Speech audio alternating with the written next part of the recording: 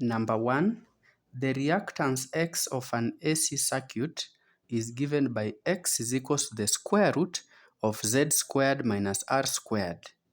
Making R the subject gives, so what we are being told here, we are supposed to use this equation to make R the subject. So X is equal to the square root of Z squared minus R squared. So to be able to make R the subject, we need first of all to do away with this root. And this one will happen by finding the square to both sides. Once you do the square of both sides, this will give us X being equal to the square root of Z squared minus R squared. So we square the right hand side, we also square the left hand side.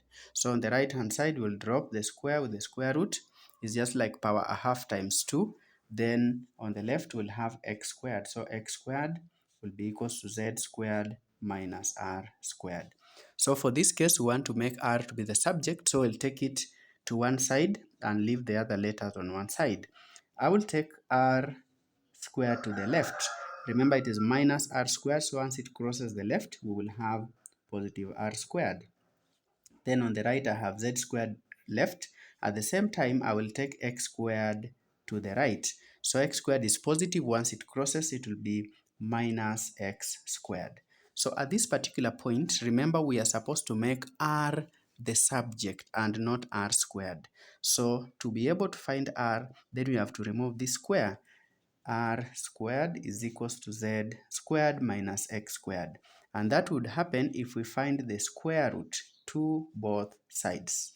So the square would cancel with the square root, and therefore we'll have R is equals to the square root of Z squared minus X squared.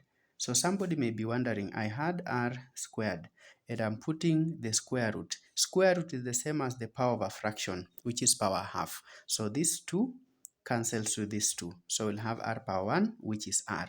So what we are supposed to do here, we are supposed to find the square of Z, subtract the square of X before we find the square root. So we will leave our answer like this because there's one of the solutions that is similar to this, and that is B. If you look at our answers, then B is our answer.